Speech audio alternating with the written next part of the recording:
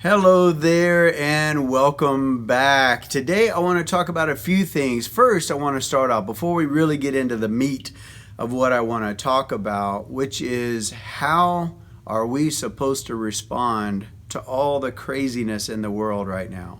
What are we as Christians supposed to be doing? You see all the crazy stuff out there, but nobody's really saying what to do. Nobody's giving advice. What are you just kind of sitting on your hands and you're feeling crippled, you're feeling impotent, you're feeling like, what am I supposed to do? Give me some action steps. What can I do?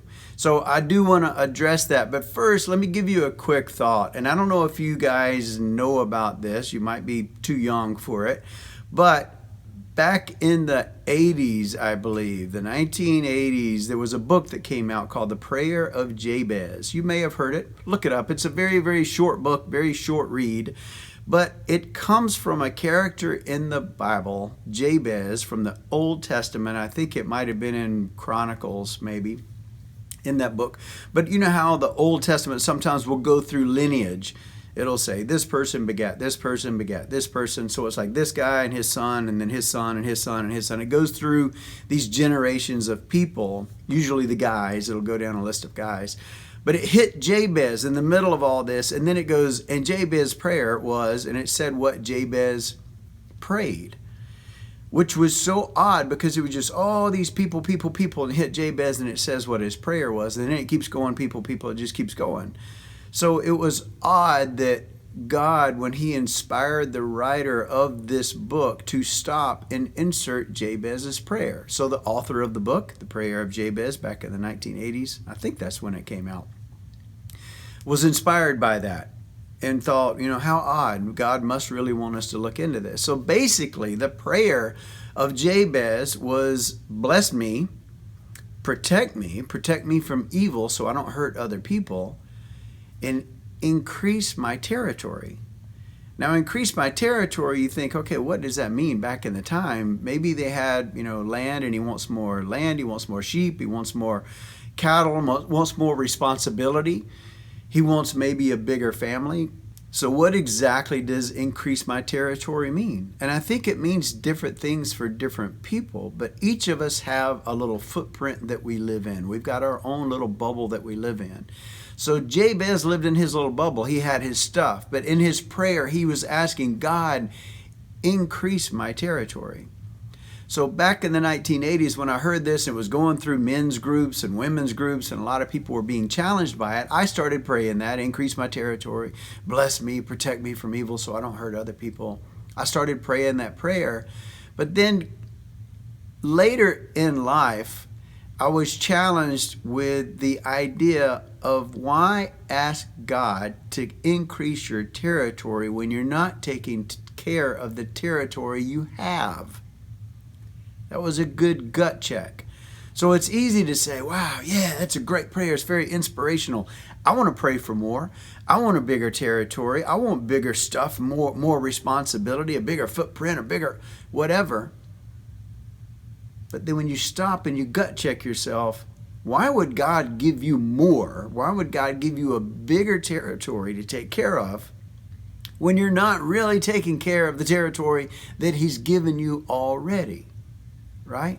So in today's world, your territory, for me as a YouTuber, is my subscribers. So it's funny because I'm always looking at the subscriber count, and I'm looking, I want more. You want 10,000, then you want 50,000, you want 100,000, and you kind of go up through the ranks, 250,000, 500,000. You want more. But it hit me the other day. Right now, as I'm doing this video, I'm sitting at like 5,500 subscribers.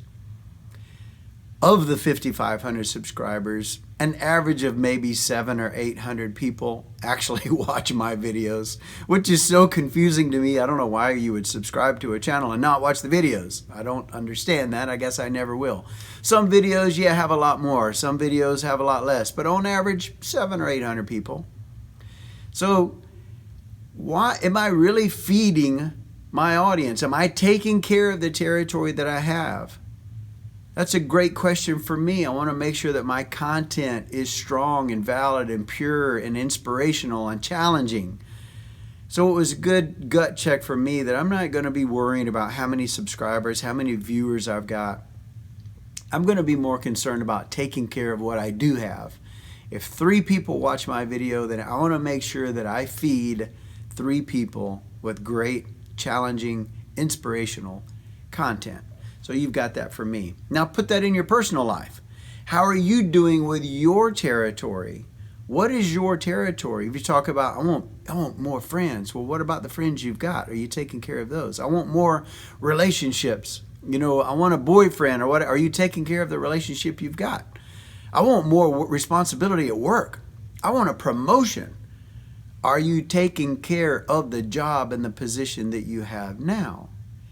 So any area that you've got where you're thinking more, even on social media, if you're a social media person, your friends and your likes and your views and all that, take care of the things that you have so that God can bless you with more. So that was just a little nugget that hit me this week, and I wanted to share it with you before we dive into the real content of check yourself. Make sure, if you look up the prayer of Jabez and read it, because it's a really cool little book, and it's challenging, and it's a good prayer to have in your life. But before you go asking for more territory, make sure you're taking care of the territory that you have. So that's my word on that. Now let's jump into the meat of what this video is about. How do Christians respond to the craziness going on in this world right now? And there's a lot of crazy stuff happening. Across the world, probably the most common thing is the virus, the COVID-19 virus, and the shutdown, and the life is different. The social distancing, the business is shutting down. The wearing of the masks, figuring out, how you stay healthy, who's getting it, how are they getting it, who's sick, who's in the hospital, who's dying from this. Very, very crazy stuff. We in our generation, we in our lifetime have never seen stuff like this. Previous generations, yeah, they saw stuff far worse than this, and we can't even imagine because this is pretty bad. But they saw plagues and different things that were taking out people by the millions, and I mean, it was almost like a certainty if you got it, you were going to die. So at least we're not there, but that's pretty crazy. But I know there's viewers all over the world watching my videos, but you can't escape the global news from America that we've got some crazy stuff going on in America right now, mainly based around racism, the theme, the banner of racism, the whole white supremacy, white on black stuff that's going on right now. Now, you have to know the difference between the phrase, the declaration, the statement, Black Lives Matter. That's one thing. The statement, the declaration, the phrase, Black Lives Matter. Then you've got an organization, Black Lives Matter, with the same title, completely different agenda, completely different thing. That's another animal, and I'll get into that in a little bit. But that is now really, really toppling the way we know life as normal in the United States right now. The whole Black Lives Matter movement through that organization, and Antifa, the anti-fascist group that has come in and piggybacked on what Black Lives Matter was trying to do. They've piggybacked on that now and kind of hijacked it, and now they're really just storming through, trying to erase America's history, trying to shut everybody down, cancel their way of thinking, shut the voices up. If you don't agree with them, you're completely wrong, no matter what their agenda is. If you disagree, it's not actually if you disagree, it's if you don't support and buy into that cause, you're evil, and you will be shut down, and you will be taken out if you don't support them. Not just that you agree with them, you have to support them. Crazy stuff that's going on right now, and I might do another video on the separation of those two. I probably will. All the stuff that's going on right now, where Black Lives Matter, the phrase, the declaration, the comment, the statement, yes, absolutely. I am so behind that. I'm so behind that. In America, with white people and with black people and our relationships together, because I grew up through the 60s and the 70s when it was a lot worse than it is now. Now, my gosh, I mean, it's just a cakewalk. It's nothing. You have to look for things. You have to make up stories almost. Some of the stories that you hear about white on black going on, most of them, when you hear the real story behind it, it's not at all what you thought it was in the first place. Now, some of them are, because there's evil people in the world. Yes, there are white people who do not like black people and they cause harm. Vice versa as well, of course. So I'm talking about black and white relations, the Black Lives Matter, yeah. But the organization, yeah, different story altogether. And I'll get into that in another video. But right now, I'm talking about all the craziness, the COVID, the racism stuff that's going around the country and probably trickling around the world as well. And Antifa and this whole movement, you think, wow, the end times must be nigh. Jesus has got to be coming back sometime soon, because this is crazy. Now, you think it's crazy and you look at what's going on, and it is, and we are working towards a one world government because the Bible prophesies that, and it is going to happen. We will be having a one world government where all things come under one guy, the Antichrist. It's going to happen. We don't know when. It could be in this decade, it could be in the next century, or it could be another 1,000 years. We just don't know. But if you look back in history and biblical times and Roman times and all that, that was rough. When they're taking Christians and putting them in arenas to get eaten by lions in front of a cheering crowd, we're not there yet. We're not there yet. So as bad as it is, and as bad as it seems like Christians don't have a voice and we're being squashed, and man, we might not be able to have churches soon, or churches are going to lose all the non-profit benefits that they get, the tax-free benefits as a charitable organization. They might lose some of that stuff. So we think about the light things that are going on now versus being thrown into an arena getting eaten by lions while people cheer and watch and laugh and point. We're not there yet. But we are in some crazy times. So how do we respond? What are Christians supposed to do during this crazy time with all of the uncertainty, all of the crazy things that are happening, pointing towards that one world government, pointing towards bringing down America, turning it into a socialist and then a communist country, which is headed that direction?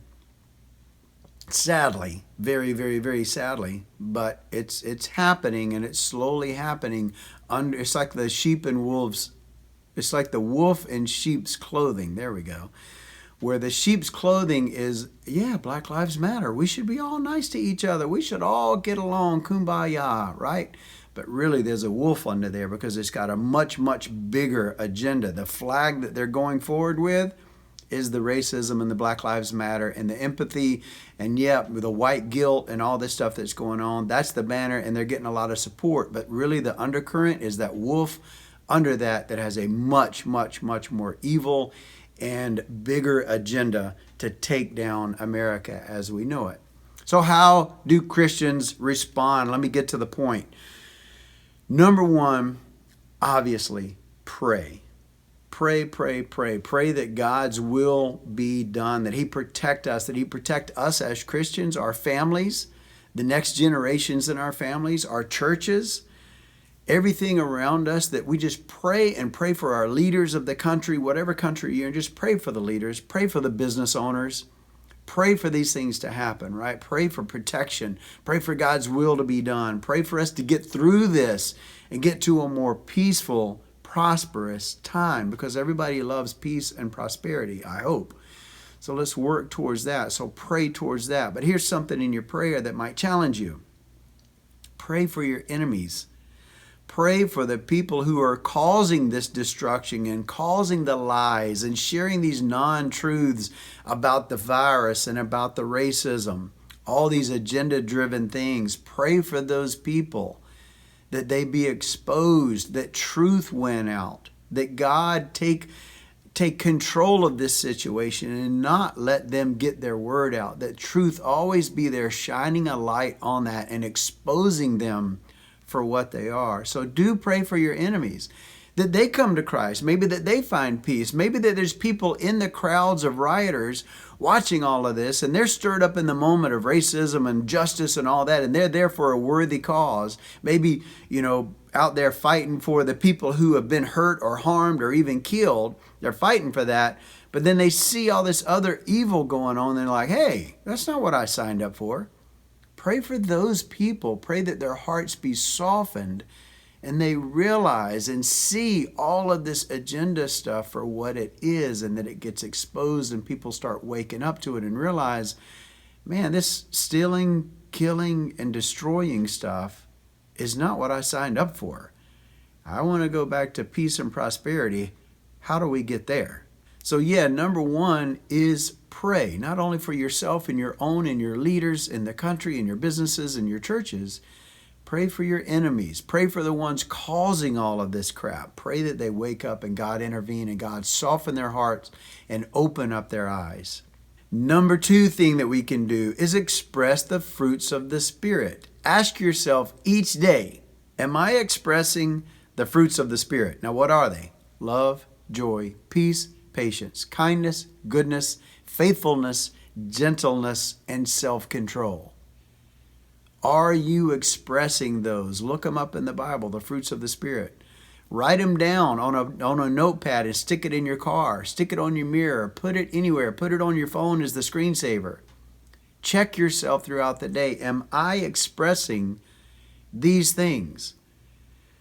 Obviously, the people who are rioting and causing problems of stealing, killing, and destroying, which is of the enemy, right? The enemy comes to steal, kill, and destroy. Wow, how ironic. And that's exactly what the rioters are doing. I digress.